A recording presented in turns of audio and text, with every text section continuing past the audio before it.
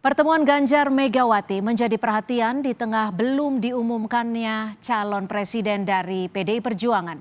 Benarkah ada pertemuan khusus antara Megawati dan petinggi PDI Perjuangan dengan Ganjar soal 2024? Kami bahas bersama politisi PDI Perjuangan Deddy Sitorus dan Direktur Eksekutif Parameter Politik Indonesia Adi Prayitno. Selamat sore Pak Deddy dan juga Mas Adi. Terima kasih sudah bergabung bersama kami di Kompas Petang. Selamat sore Mbak Cynthia. Saya akan ke Pak Deddy terlebih dahulu. Agendanya sebenarnya apa? Apa betul hanya kedekatan Mega dengan Bu Ita saja sehingga Megawati Soekarno Putri ikut hadir dalam pelantikan Wali Kota Semarang? Ya saya kira ada hal yang spesial ya. Spesialnya karena memang hari ini adalah pelantikan Mbak Ita ya. Panggilan akrabnya Wali Kota Semarang. Beliau adalah salah satu dari 5 kepala daerah perempuan di Jawa Tengah ya, Ya. dari 7 yang ada di di Jawa Tengah. Dan Ibu Ita ini salah satu kader PDI Perjuangan yang dalam pandangan kami, dalam pandangan Ibu Ketua Umum itu memang sangat sigap merespon atau mengimplementasikan apa arahan dari Ketua Umum. Mhm. Misalnya ketika soal pangan ya, itu beliau langsung melakukan berbagai aktivitas untuk termasuk menerbitkan buku untuk pangan alternatif dan sebagainya, kegiatan-kegiatan pencegahan stunting, dan beliau Ya. ini bersama Pak Tapi Hendi wali kota ya. ada agenda khusus tidak? Apakah ada pertemuan? Karena kalau kita lihat dalam acara hari ini tidak hanya Bu Mega, tapi Pak Hasto juga hadir, Ketua Bapilu PDIP juga ikut hadir. Nah ini kan yang saya bilang itu sangat khusus itu, alasan itu. Jadi ini salah satu menunjukkan betapa Ibu peduli terhadap kader-kadernya yang berprestasi. Mhm. Pertama, Bu Ita itu perempuan, kemudian sudah 2 periode menjadi wakil wali Wali kota Kota. Semarang bersama Pak Hendi dan tidak pernah ada kita dengar konflik seperti yang banyak terjadi di daerah lain. Bukan Lalu Pak karena ingin Hendi juga bertemu langsung dengan Pak Ganjar ya? kalau ingin bertemu Pak Ganjar anytime kan bisa dipanggil Mbak, dan bisa berkomunikasi, tidak harus Ibu jauh-jauh ke Semarang kan. Tetapi Ibu juga ingin menunjukkan kepada kader-kader gitu ya, mereka yang sigap, mereka yang merespon dengan cepat, menerjemahkan dengan baik apa yang diperintahkan oleh Ketua Umum dalam menjalankan roda pemerintahan, itu tentu akan mendapatkan atensi yang Mhm. besar dari Ketua Umum gitu. Jadi Oke, tidak ada oke. kaitannya dengan hal lain gitu. Tidak ada kaitannya dengan hal lain. Saya akan ke Mas Adi. Mas Adi, kalau Anda melihatnya seperti apa? Ada sinyal politik tidak sih dengan kehadiran Megawati Soekarno Putri dan duduk bersebelahan bahkan dengan Ganjar Pranowo? Saya ingin komentar 2 hal ya. Pertama, ini tentu sebagai sebuah sinyalmen bahwa Mbak Mega itu memang cukup concern dengan kader-kader dan aktivis PDIP yang khususnya perempuan. Kalau kita sering mendengarkan statement-statementnya Megawati dalam berbagai event penting di internal mereka, memang Megawati menunjukkan perhatian yang cukup serius betapa perempuan itu jangan pernah dipandang sebelah mata, jangan pernah perempuan itu dianggap sebagai second class citizenship yang dianggap tidak mampu. Mhm. Itu tanda-tanda politik yang memang sering kali kita dengar. Kalau dilihat rata-rata memang PDIP ini merupakan salah satu partai yang memang melahirkan banyak tokoh di bidang perempuan, Mbak. Jadi wajar kalau kemudian pelantikan wali kota di Semarang itu secara spesial juga didatangi oleh ketua umum mereka. Tentu Oke. itu surprise ya. Itu yang pertama. Yang kedua, memang kita tidak bisa menutup mata. Sekalipun kehadiran Megawati hanya sebatas untuk pelantikan wali kota Semarang, tapi ini kan selalu dikaitkan bagaimana hubungan Mbak Megawati dengan Ganjar Pranowo yang beberapa waktu yang lalu selalu dikaitkan agak kurang harmonis. Misalnya di acara PDIP ulang tahun yang ke-50 beberapa waktu yang lalu, misalnya Mas Ganjar itu relatifly misalnya tidak mendapatkan kursi yang spesial, duduk dengan elit-elit PDIP yang lain, tapi Ganjar ada di belakang duduk dengan kader-kader biasa. Mungkin bagi PDIP memperlakukan Ganjar ataupun pejabat-pejabat publik dari PDIP yang lain itu setara dengan yang lain, tapi kan Mhm. publik tidak pernah berhenti mengaitkan dulu ya Mhm. bahwa memang terkesan ada treatment yang rada-rada kurang enak terhadap Ganjar karena dinilai kemajon, karena dinilai terlampau agresif Jadi memprofiling. artinya Anda mau menyebut bahwa momen ini dijadikan salah satu momen untuk memperbaiki citra hubungan antar keduanya, seperti itu? Ya kalau dugaan-dugaan publik segitu Mbak, bahwa Hmm. ya kehadiran Mbak Mega ke Semarang, pertemuan dengan Pak Ganjar misalnya disambut di bandara dan duduk bersebelahan, ini kan merupakan satu gestur bahwa sebenarnya antara Megawati dengan Ganjar Oke. Pranowo nggak ada persoalan apapun.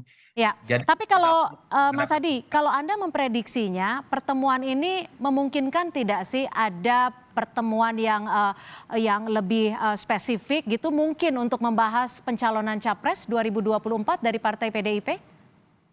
Kalau saya sih enggak sih Mbak, setahu saya kalau PDIP itu pasti diputuskan di Teguh Umar atau di kantor DPP PDIP ya. Jadi kalaupun toh Ganjar masuk dalam nominator Capres PDIP, kalaupun toh ada perlakuan khusus dalam tanda kutip, ya betul tadi kata Bang Deddy, Ganjar dipanggillah ke Jakarta. Mungkin ada fit in the proper test di internal, ditanya track recordnya soal bagaimana narasi politiknya ke depan gitu ketika dicapreskan dari PDIP. Tapi minimal secara simbolik, publik tidak lagi menghadap-hadapkan, seakan-akan ada psikologi komunikasi politik yang agak berjarak misalnya antara Ganjar dengan Megawati Soekarno Putri.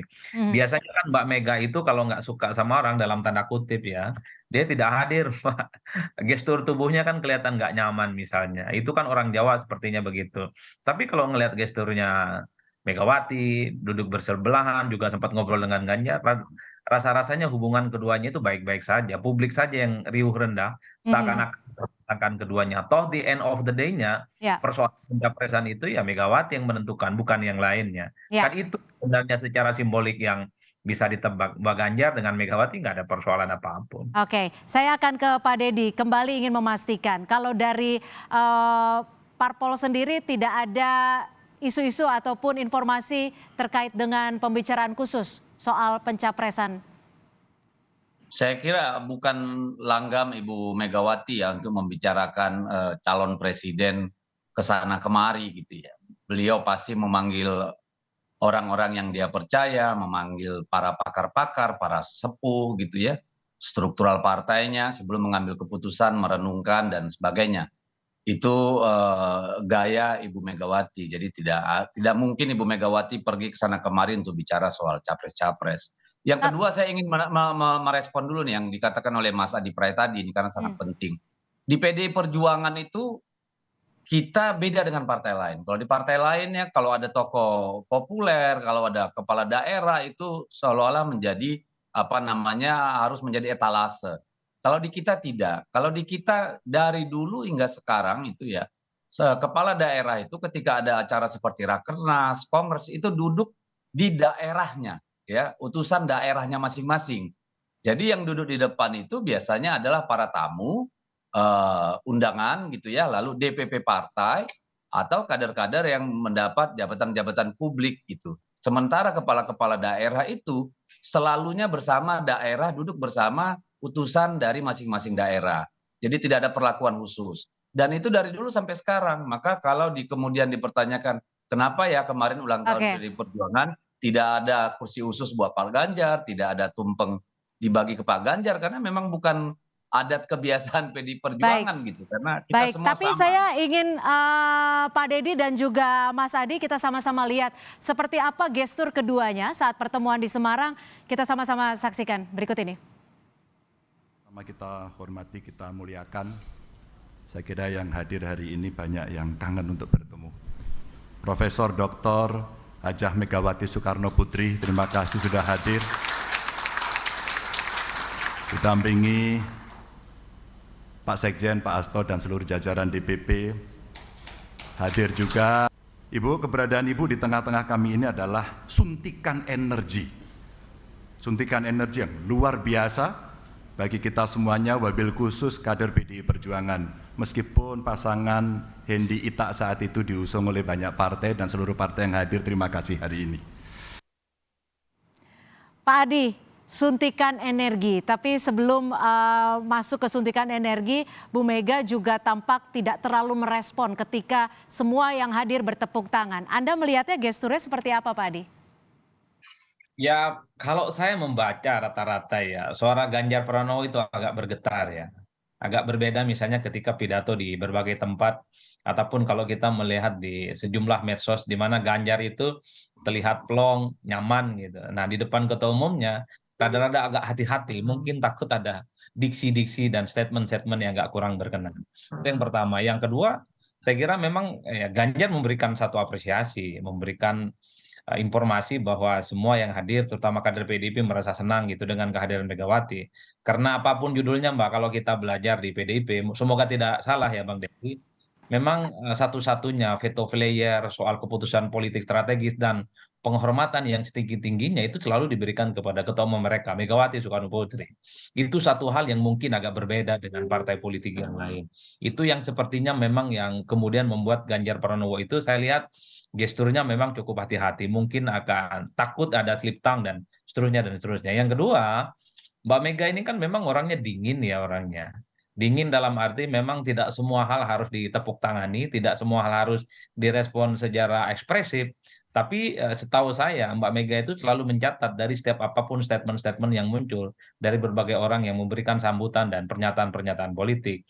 Jadi sekalipun tidak memberikan tepuk tangan, terkesan datar-datar saja bagi saya itu bukan suatu hal yang perlu dibesar-besarkan, tapi Hmm. minimal Megawati itu mau hadir ke Semarang, bertemu dengan Ganjar misalnya, duduk sebelahan, itu something yang menurut saya bisa menghilangkan persepsi bahwa keduanya sedang ada sesuatu yang tidak baik-baik saja. Untuk Itu memperbaiki citra publik juga ya, antara keduanya hubungannya baik-baik saja. Kalau dibilang suntikan energi, ini juga tidak ada makna lain, Anda melihatnya? yang jelas Ganjar sebagai kader tentu menyatakan kesenangannya, merasakan apresiasi yang luar biasa. Karena kehadiran ketua umum di sebuah partai politik, apalagi partai penguasa, pemenang pemilu, seperti PDIP, ini kan seperti durian runtuh, Mbak. Karena tidak semua wilayah, tidak semua kader bisa bertatap muka dan berdialog langsung dengan Megawati Soekarno Putri. Jadi Mega ini sebenarnya adalah sosok yang untouchable.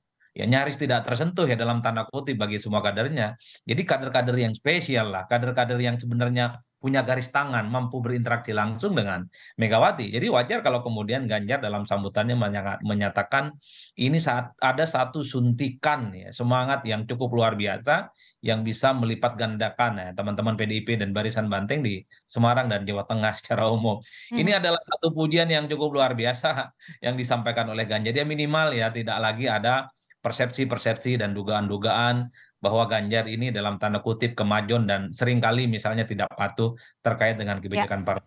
Kenyataan Ganjar ini kan mengamputasi semuanya. oke. Ganjar, Megawati, PDIP ya baik-baik saja. Bahwa ada persaingan internal iya, tapi kan itu tidak berpengaruh apapun terkait dengan keputusan politik nantinya. Soal pencapresan ya Megawati lah segala-galanya. Oke, Pak Deddy, bagaimana Anda menanggapinya? Megawati untouchable, Megawati seakan dingin dan kalau saya bisa menyimpulkan mungkin Pak Adi mau menyampaikan bahwa Bu Mega lebih selektif dalam merespon apapun yang ada di hadapannya. Anda melihatnya bagaimana Pak Deddy? Kalau saya melihat dari gestur itu ya, saya kira hal yang biasa Ibu Mega ya dalam per- suasana hiruk pikuk seperti itu. Ya itu kan suasana bukan sesuatu yang enak dan nyaman gitu ya. Lihat tadi di belakang Ibu itu banyak orang foto-foto berdiri dan segala macam.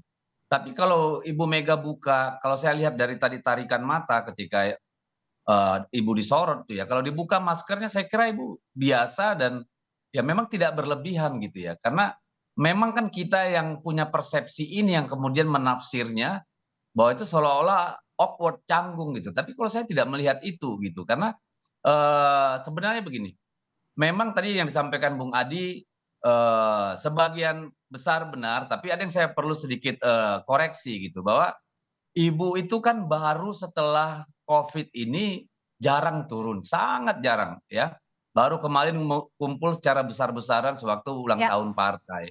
Jadi oke. memang dalam konteks itulah saya kira Pak Ganjar bicara ya sebagai seorang kader, sebagai seorang gubernur, Ibu Mega datang ke dalam ke acara pelantikan seorang wali kota gitu ya. Itu kan benar tadi seperti durian runtuh, suntikan energi gitu.